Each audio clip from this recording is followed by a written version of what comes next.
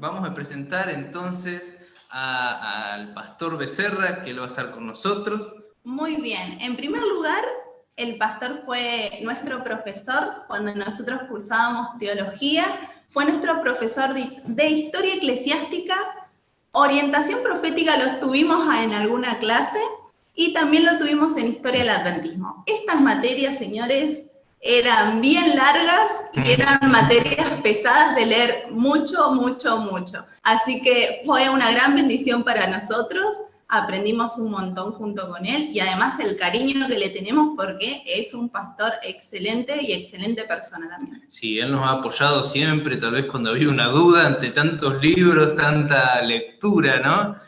Siempre un apoyo, siempre estuvo a disposición. Estuvo en nuestro casamiento también, ahora que estoy recordando. El pastor Cotro, que lo tuvimos hace unas semanas, nos casó. El pastor Sergio Becerra estuvo con nosotros en nuestro casamiento. Así que estamos muy contentos. El pastor durante muchos años estuvo trabajando en el Centro White, ¿sí? Centro White ahí en la Universidad Adventista del Plata. También fue director ahí de la biblioteca por algún tiempo. Y actualmente el pastor Sergio Becerra es el decano de la Facultad de Teología, en la Universidad Adventista del Plata, en Entre Ríos, en la villa, como dicen algunos. Bueno, él es el nuevo decano hace un tiempo ya, pastor, si yo no me equivoco, a partir de este año estuvo como decano, desde el año pasado. Sí, desde el año pasado. Que, de fines 18. Fines, es verdad. 2018. Diciembre, perfecto, es verdad, diciembre de 2018, él comenzó a ser el decano de la Facultad de Teología, así que, pastor, así como fue una bendición para nosotros, es una bendición para nosotros, también sabemos que será una bendición para aquí, para el distrito y para todas las personas que están conectadas. El pastor está en un lugar muy especial hoy, tiene un fondo hermoso, que ahora nos va a contar un poquito más acerca de él. Muy bien, pastor. Le damos el lugar entonces para que nos acompañe, ¿sí? Confiamos que el Espíritu Santo lo estará iluminando para el tema Amén. de hoy. Sí. Bueno, buenas noches, chicos, buenas noches a todos los hermanos que están siguiendo esta programación. Es un privilegio poder acompañarlos en esta ocasión. Al comenzar las horas del Santo Sábado, la verdad es que extrañamos poder estar reunidos con los hermanos y gracias a Dios por estos medios de comunicación que nos permiten por lo menos reunirnos de manera virtual.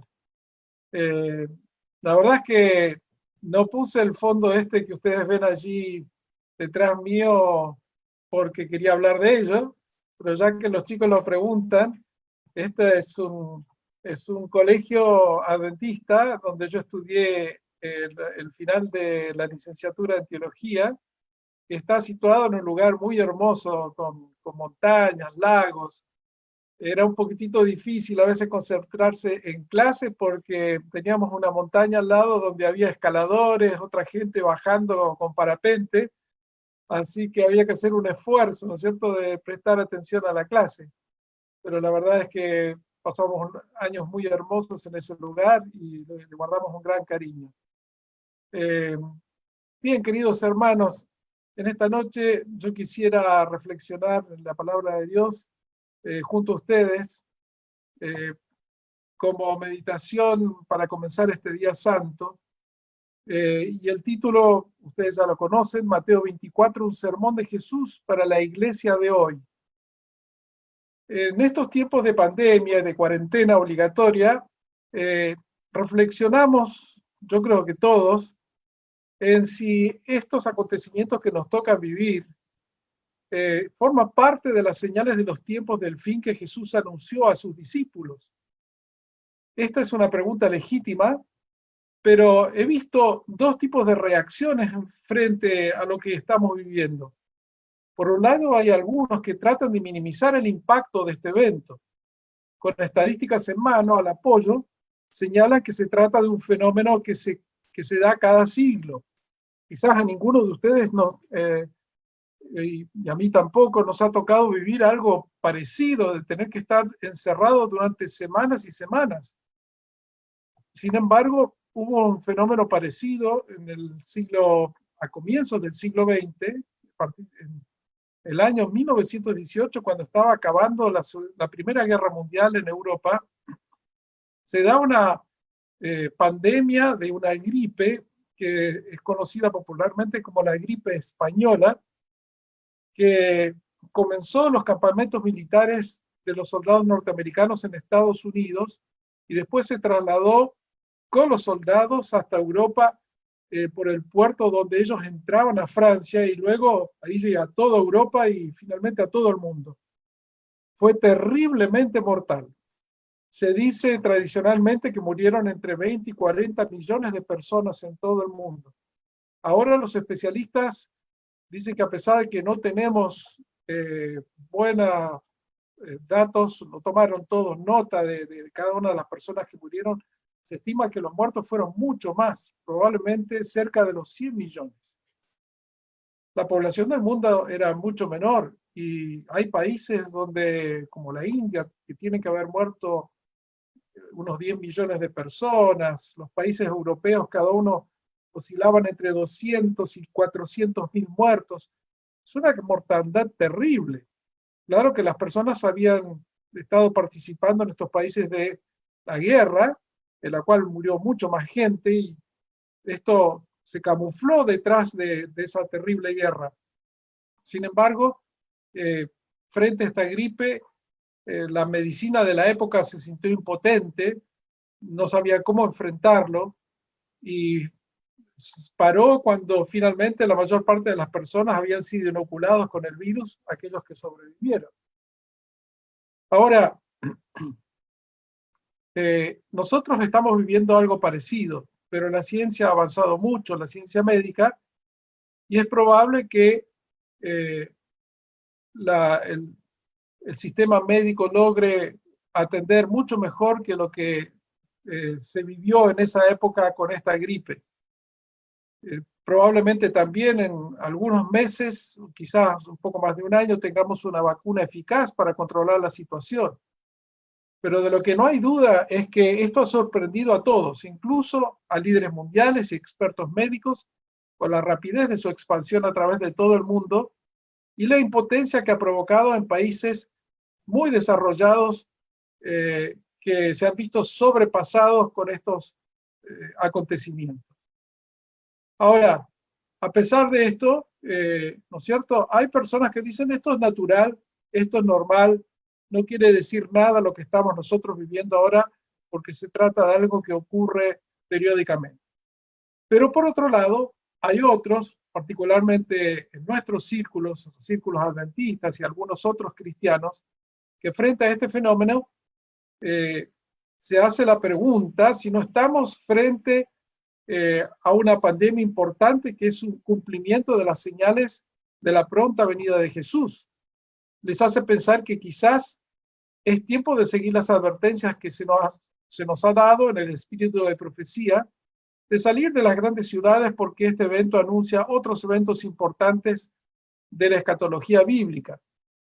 Ahora, ¿cuál es la solución para aclarar estas dudas importantes? ¿Debemos estudiar lo que dicen los escritos de Elena de White sobre los eventos finales para saber cómo actuar? Sin duda, es un paso sabio. Estar bien informado y alertado de lo que vendrá pronto sobre nosotros es lo que debemos hacer. Pero como la Biblia nos enseña que ningún profeta ha escrito algo sin estar en armonía con profetas anteriores, es importante saber qué dice la Biblia sobre el fin del mundo y complementar esto con los escritos de Elena de White. Y en este respecto, no hay como el sermón profético de Jesús de Mateo 24. Y es de mucha importancia para el pueblo de Dios porque está registrado en los 3 evangelios sinópticos, en Mateo, en Marcos, Lucas.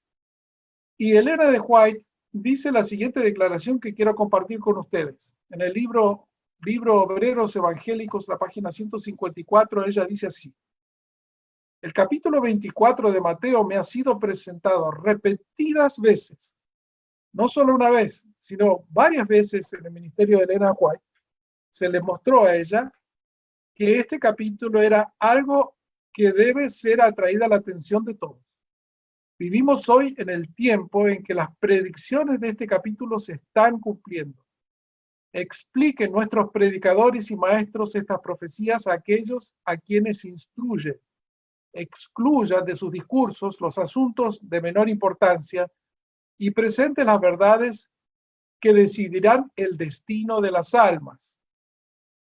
Por lo que vemos acá, es de suma importancia que nosotros conozcamos bien Mateo 24, porque Dios se lo enfatizó a Elena muchas veces y porque conocer las advertencias de Jesús ayudarán a decidir nuestro destino eterno. Ahora, estas palabras son muy solemnes, deberíamos tomarlas en serio. Así que les invito a que abramos nuestras Biblias y busquemos en Mateo 24 para leer un poquito el comienzo del capítulo entrando en tema. No es un capítulo que nosotros ignoremos, lo conocemos, lo hemos usado muchas veces para estudiar las señales de los tiempos, lo hemos usado en las campañas de evangelismo para enseñar a las personas que no conocen de la Biblia cómo la Biblia anuncia el fin del mundo con diversas señales. Y entonces allí, comenzando con el versículo 1 y 2, se cuenta en el Evangelio de Mateo que Jesús salió del templo y cuando ya se iba, se acercaron sus discípulos para mostrarle los edificios del templo. Respondiendo él les dijo: ¿veis todo esto? De cierto os digo que no quedará aquí piedra sobre piedra que no sea derribada. Ahora, es interesante leer cómo cuenta este mismo diálogo San Marcos. Él es mucho más gráfico que Mateo, porque él dice que los discípulos, o uno de ellos le dice a Jesús cuando iban saliendo del templo, le dice: Maestro, mira qué piedras y qué edificios. El templo no era un solo edificio, sino que tenía un complejo de edificios que formaban parte del lugar donde vivían los sacerdotes, donde se realizaban otras actividades, todo un atrio donde la gente podía estar, donde había un espacio para los gentiles también. Bueno, el rey Herodes, el Grande, que era un gran constructor, él había querido ganar la simpatía del pueblo hebreo porque él no era totalmente de origen judío, así que él, construyendo ese templo con gran uso de fondos para hacer algo realmente glorioso, había logrado que los hebreos se sintieran orgullosos y la verdad que muy, muy satisfechos con el templo que era el centro del símbolo y del culto judío. Y Jesús le responde: ¿Ves estos grandes edificios? No quedará piedra sobre piedra que no sea derribada. Ahora parece que los discípulos quedaron terriblemente impactados por lo que Jesús dijo, pero no se atrevieron a decir nada más al respecto porque ellos no estaban solos. Estaban acompañados por una multitud que seguía a Jesús, quería escuchar sus enseñanzas, y dejaron pasar el tiempo hasta que finalmente, al terminar el día, Jesús se retiró al jardín de Getsemaní junto con sus discípulos y desde allí ellos contemplaron la ciudad de Jerusalén. Y entonces pudieron ellos en confidencia, en tranquilidad, hacerle las preguntas que estaban en su corazón y en su mente. Nos dice allí Mateo 24, versículo 3, estando él sentado en el monte de los olivos, los discípulos se le acercaron aparte diciendo: dinos, ¿cuándo serán estas cosas? ¿Y qué señal habrá de tu venida y del fin del siglo? Ahora es interesante lo que leemos acá porque generalmente nosotros miramos la pregunta, pero es interesante el contexto en el cual está situado. Recordemos nuevamente que ellos están solos, no están con la multitud. Así que este sermón, el contenido de Mateo 24 y 25, Jesús no lo proclamó a toda la multitud, solamente se lo proclamó a los discípulos. Y eso nos deja pensando porque nos quiere decir que este sermón Jesús no lo entregó a los discípulos como para que fuera para todos. Él lo destinó en primer lugar a la iglesia y a su círculo más cercano en ese momento, que eran los discípulos. Era una advertencia, era una exhortación, una homilía para los discípulos. Entonces nosotros podemos, ¿por qué fue necesario que Jesús le hiciera toda esta presentación sobre los años por venir, cuando todo esto iba a ocurrir, esta tragedia nacional? Porque varios de los discípulos que estaban allí iban a vivir estos acontecimientos, y varios de aquellos seguidores que iban a unirse a la iglesia gracias a su predicación iban a ser parte de la iglesia del momento, y ellos necesitaban estar advertidos. Ahora, también por proyección, como nosotros sabemos que Jesús no solamente le dio advertencias para este desastre nacional que iba a ser la destrucción del templo y la destrucción de la ciudad de Jerusalén y la cautividad del pueblo judío, lo que acá nosotros vemos es que él también anuncia varias señales que tienen que ver con el fin del mundo, y los discípulos lo comprendieron, porque ellos dicen, ¿cuándo serán estas cosas y qué señal habrá de tu venida y del fin del siglo? Comprendieron que esta tragedia tan grande solo podría ocurrir en el contexto de la venida de Jesús y del fin del mundo. Ahora, Jesús, para no causarles mayor dolor y mayor confusión, él da una serie de advertencias que están mezcladas, advertencias que tienen que ver con la destrucción de Jerusalén y del templo, mezcladas con eventos que tienen que ver con el fin del mundo. El estudio profundo y detallado de este capítulo nos ayuda a hacer una separación y poder identificar a cuáles de aquellos eventos corresponden a una época y cuáles corresponden a otra. Pero lo importante es que Jesús, al explicarles su mensaje en este sermón, está destinándolo en primer lugar a la iglesia, y en segundo lugar, él está dándole una respuesta a la pregunta doble que ellos están haciendo. ¿Cuándo serán estas cosas? ¿No? ¿Y cuáles serán las señales? Jesús no es que no contesta directamente lo que los discípulos quieren. Le da una respuesta parcial a esta curiosidad que ellos tienen. Porque la pregunta de ellos es ¿cuándo, no? ¿Cuándo, Señor, va a ocurrir esto? Nosotros queremos saber la época, la fecha, el momento. Y es una pregunta que muchas veces nosotros nos hacemos como adventistas. Queremos saber cuándo va a venir Jesús. ¿Cuándo se van a cumplir todas esas profecías que están anunciadas en la palabra de Dios? ¿Cuándo va a ser el momento que llegue el fin de los tiempos?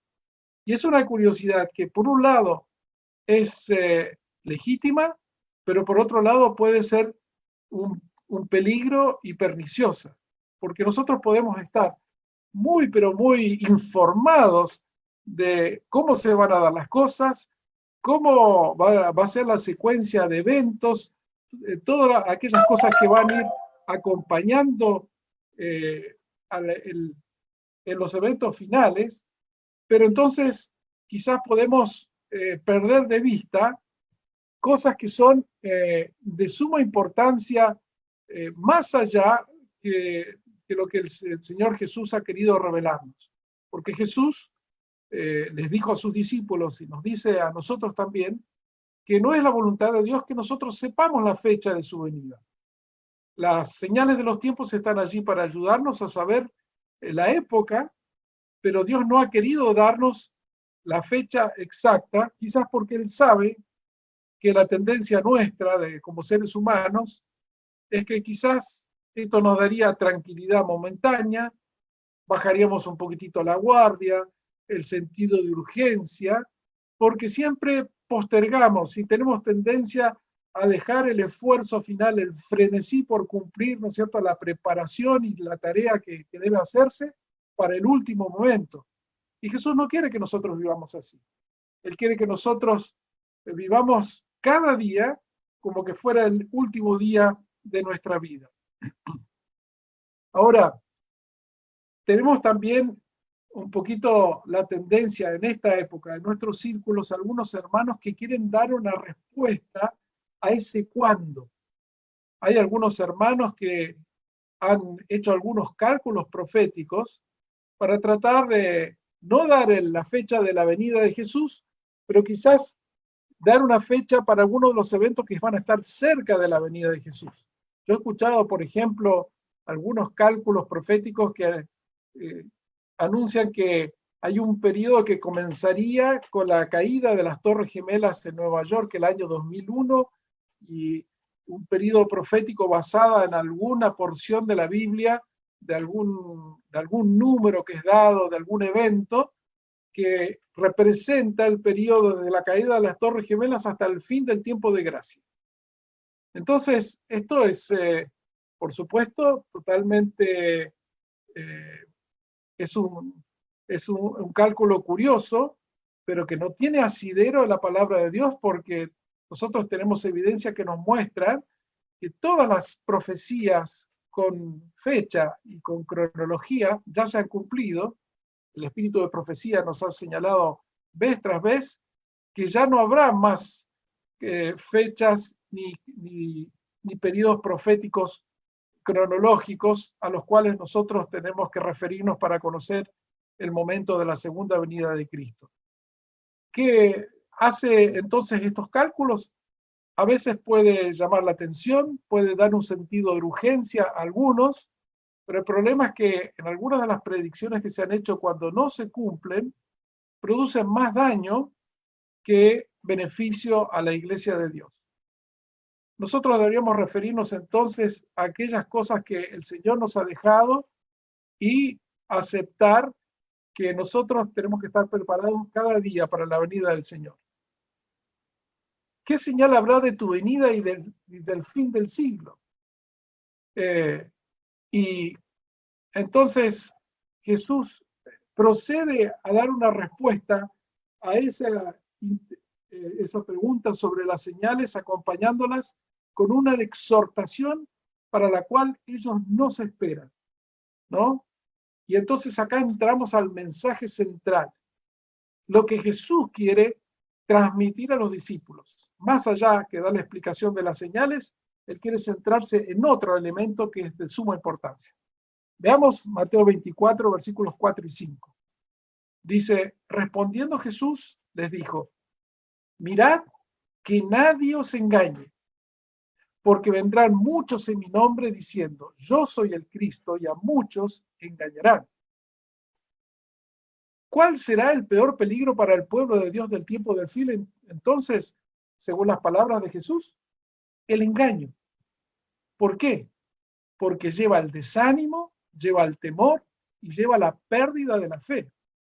Ahora, esto lo podemos enlazar nosotros con lo que Satanás está haciendo con el mundo. Nosotros sabemos que él está trabajando para engañar al mundo. Este mensaje de mirad que nadie nos engañe no está destinado al mundo, porque el mundo ya está engañado. En cambio, la iglesia de Dios está informada, tiene la verdad. Y entonces cuando Jesús nos advierte que tenemos que tener cuidado de no ser engañados, es porque realmente los engaños de Satanás van a ser terribles en el tiempo del fin y tenemos que estar firmemente asentados en la palabra de Dios para no ser arrastrados por ello. Podemos seguir leyendo en Mateo 24, los versículos 23 y 25, que dice así. Entonces, si algunos dicen, mirad, aquí está el Cristo, o mirad, allí está, no le creáis, porque se levantarán falsos cristos y falsos profetas y harán grandes señales y prodigios de tal manera que engañarán, si es posible, aún a los escogidos. Ya os lo he dicho antes, así que si os dicen, mirad, está en el desierto, no salgáis. O mirad, está en los aposentos, no lo creáis, porque igual que el relámpago sale del oriente y se muestra hasta el occidente, así será la venida del Hijo del Hombre. Ahora, qué consuelo, ¿no? Saber que la auténtica venida de Cristo, Satanás no la va a poder imitar. Y solo podremos ver en las nubes de los cielos al Señor Jesús con sus santos ángeles. pero cualquier otra manifestación que surja en ese tiempo cuando haya invitaciones de ir a encontrarnos con Jesús, que ha llegado a un gran estadio o en un otro lugar, o verlo en televisión, van a ser de los engaños que Satanás estará esforzándose de hacer para poder engañar incluso a los escogidos. Entonces, ¿qué tipo de engaños pueden ser estos engaños que pueden distorsionar la experiencia espiritual de los hermanos? Permítame contarles un ejemplo simplemente, y hay muchos otros que podríamos sacar. Tengo unos amigos que con la ayuda de Dios han descubierto el poder de la oración, pero para mi gran sorpresa no les gusta estudiar la palabra de Dios. Les gusta orar con otros y por otros, pero lamentablemente desprecian la capacidad de la palabra de Dios para alimentar, instruir y advertir. Sienten que todo lo que necesitan lo reciben a través de la oración, que la oración es como una experiencia mística en la cual ellos están en comunión con Dios y hay como una especie de energía y de poder que se transmite a través de la oración. Aunque Dios puede hacer cosas excepcionales a través de la oración, sin embargo, estas nunca tienen que estar divorciadas de la palabra de Dios. Esto es un engaño, porque solo la palabra de Dios nos conduce a la verdad y nos protege de Satanás. Lo último que he escuchado es que estos amigos se han fascinado con el yoga, con la meditación, y participan en grandes encuentros de oración con gente de otras religiones, incluso no cristianas, en una especie de ecumenismo de la oración. Evidentemente, el enemigo, sabiendo de que ellos eran sensibles a la oración, simplemente los arrastró por algo que supliera esa experiencia, pero mezclándola con el error para apartarlos de la palabra de Dios. Y esto es triste cuando uno ve hermanos o ve a personas que lamentablemente tienen una espiritualidad pero desequilibrada, porque Satanás allí tiene algún tipo de cabida que nos pueda apartar de nuestro Dios. Quiero compartirles otro texto, una cita ahora del Conflicto de los Siglos, página 570, donde Elena de White dice así: no hay nada que el gran engañador tema tanto como que nos demos cuenta de sus artimañas. Es porque Satanás puede dominar muy fácilmente las mentes de quienes son inconscientes de su influencia, por lo que la palabra de Dios nos da tantos ejemplos de su obra maléfica, nos revela sus fuerzas ocultas y así nos pone en guardia contra sus ataques. Entonces, es importante que nosotros estemos alerta de los posibles frentes por los cuales Satanás puede atacarnos, no los más obvios, quizás los más sutiles, ¿no? Leyendo el libro Conflicto de los Siglos, siguiendo el plan de lectura que propone la Iglesia, gocé mucho el capítulo que tiene que ver con el ministerio de los ángeles. Y me encantó una cita que también se las comparto, que está allí en la página 571, que dice: pero los que siguen a Cristo están siempre seguros bajo su protección. Ángeles de superior poder son enviados desde el cielo para protegerlos. El maligno no puede abrirse paso a través de la guardia que Dios ha apostado alrededor de su pueblo. Qué hermosa promesa, saber que no solamente está nuestro ángel guardián acompañándonos, protegiéndonos, sino que Dios enviará refuerzos desde el cielo con ángeles poderosos para hacer un cerco en torno a nuestro, de nuestras familias, de nuestros seres amados, para que Satanás no pueda alcanzarnos, no pueda penetrar esa protección. Ahora, eso me dejó pensando bastante y digo, ¿y cómo es entonces que Satanás logra de todos modos alcanzarnos? No es porque Dios no nos está protegiendo suficiente, es porque de alguna manera nosotros le estamos abriendo una ventana allí al enemigo. Eso quiere decir que si nosotros caemos en el pecado, es que la falta está en nuestra parte, no en nuestro Dios. Y esto me hizo acordar en las palabras del sabio Salomón en Proverbios capítulo 4, versículo 23, que dice: sobre toda cosa que guardes, guarda tu corazón, porque de él mana la vida.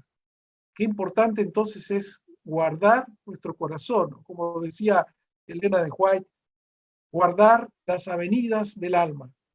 lo que vemos, lo que oímos, lo que comemos, lo que sentimos, porque es el medio por el cual nosotros alimentamos nuestra vida espiritual o la vida intelectual, pero también es un medio que si nosotros no lo cuidamos, es vulnerable a que el enemigo lo use para entrar en nuestras vidas. Y claro, estamos viendo un momento de confinamiento cuando estamos en casa en el cual nosotros podemos, ¿no es cierto?, dedicar más tiempo para estudiar la palabra de Dios, leer el espíritu de profecía, enriquecernos, cargar nuestras baterías espirituales, o como dicen algunos, ¿no? En los periódicos que uno ve, dice, lista de las mejores series que hay en Netflix, o series o películas que ustedes pueden ver en esta época de confinamiento, y hay una expresión incluso que se ha inventado para hablar de aquellos que miran una serie y se dan como, se empachan, ¿no? De tanto ver capítulo tras capítulo, aprovechando, ¿no?, que no tienen que ir a la oficina. ¿Cómo estamos usando el tiempo que Dios nos da? ¿Cómo estamos nosotros cuidando las avenidas del alma para ver qué es lo que llega a nuestra mente y a nuestro corazón? Es de suma importancia de que nosotros nos acordemos que el enemigo va a usar cualquier camino que él sabe por el cual nosotros somos vulnerables para tratar de llegar a nuestra mente y a nuestro corazón. ¿Cuál es la preparación más importante que entonces nosotros debemos hacer en vista de la pronta venida de Jesús? Bueno, ya hemos señalado que aunque es importante saber y conocer las señales de los tiempos, estar informados de los eventos, cómo se van a dar, cómo nosotros podemos prepararnos espiritualmente para enfrentarlos.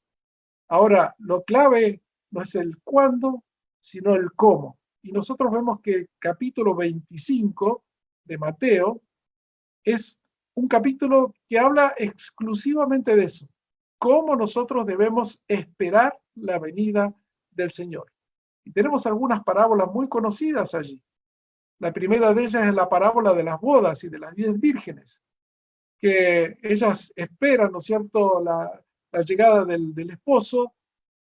Algunas tienen una reserva espiritual, otras no la tienen, y finalmente la espera hace que la experiencia espiritual representada por la lámpara y el aceite se apagan algunas, y en las otras que tienen reserva ellas pueden pasar este momento, ¿no es cierto?, de espera y estar preparadas para entrar en las bodas junto con el esposo.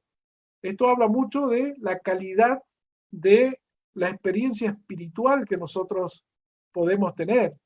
Y es en este sentido que yo me alegro mucho que veo personas que se preparan viendo programas, escuchando sermones, etcétera.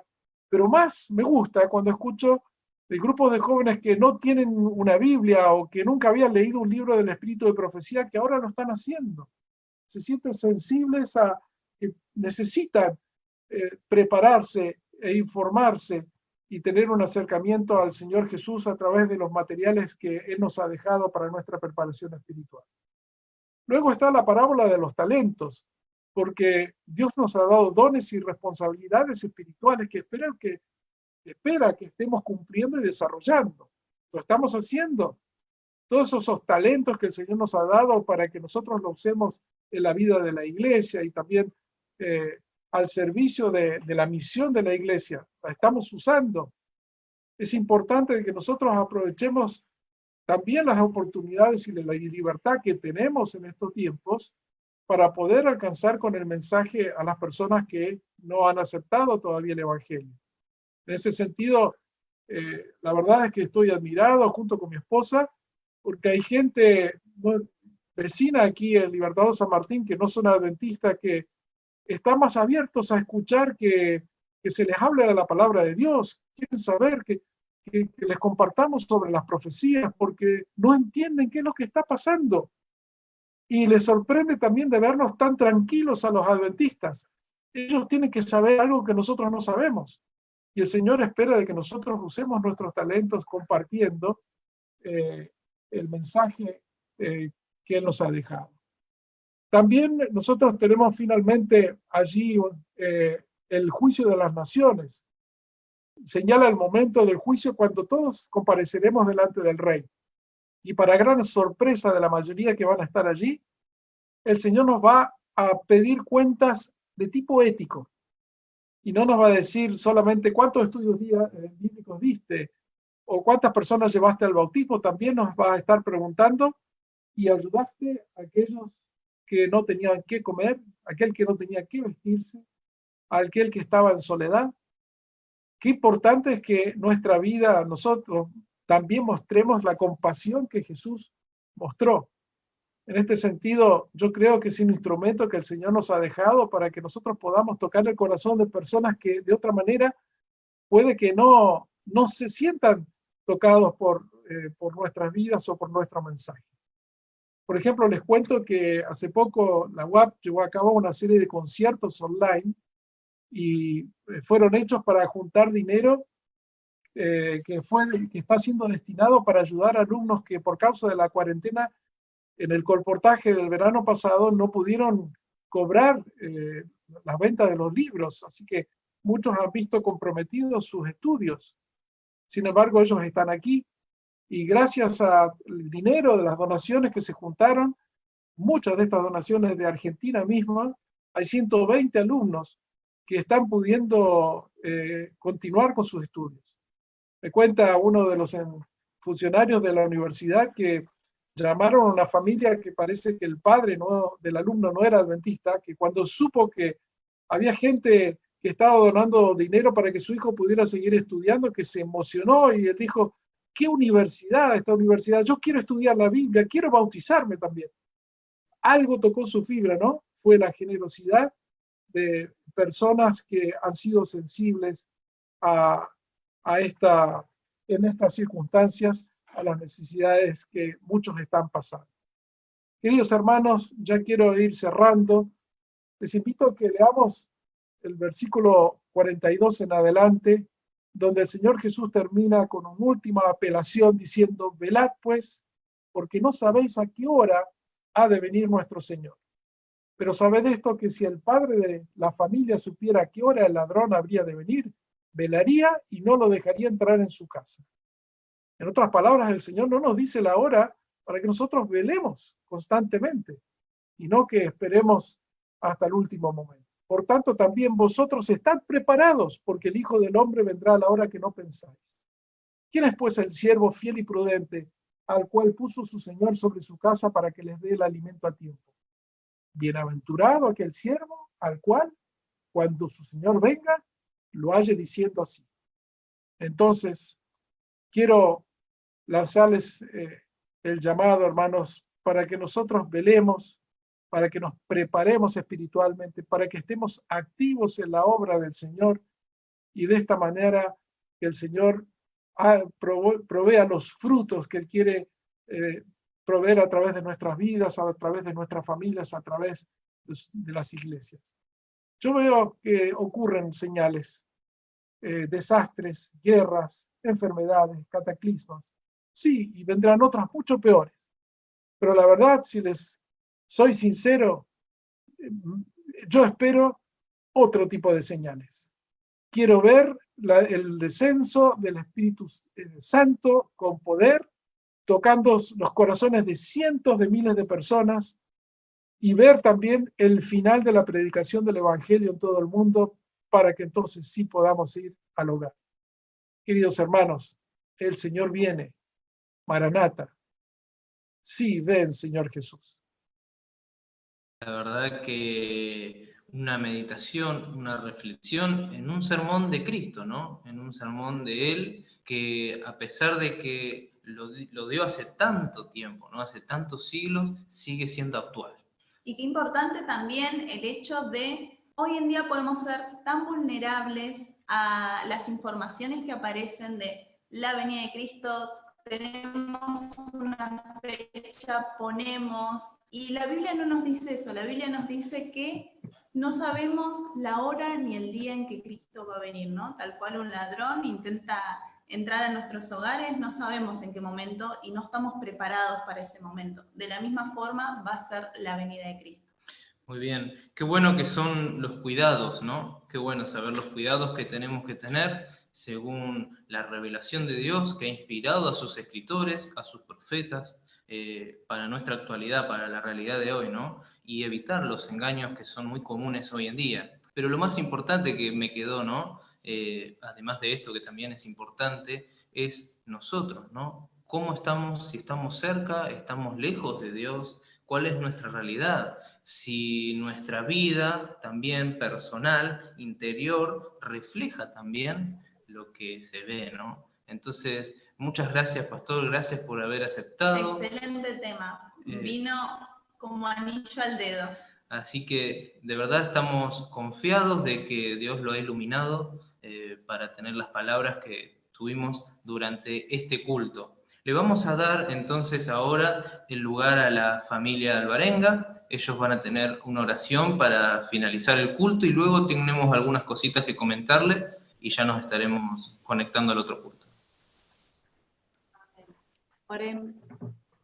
Señor, te damos gracias por este tiempo, gracias Señor porque podemos recibir tu día sábado en familia, con los hermanos de iglesia. Gracias Señor por este hermoso mensaje que nos dijo el pastor. Te pedimos Señor que tu Espíritu Santo esté trabajando en cada uno de nuestros corazones. Te pedimos que nos ayudes a consagrarnos cada vez más a ti Señor y poder estar preparados para ti. En el nombre de Jesús oramos por cada hermano de iglesia, Señor, que puede estar presente ahora y los que no también, que tú estés obrando en cada uno de ellos y en su familia. En el nombre poderoso. Amén. Amén. Saludamos con mucho cariño al pastor Sergio Becerra que nos ha estado acompañando. Que Dios lo bendiga. Felicidades para todos. Feliz sábado. Feliz sábado.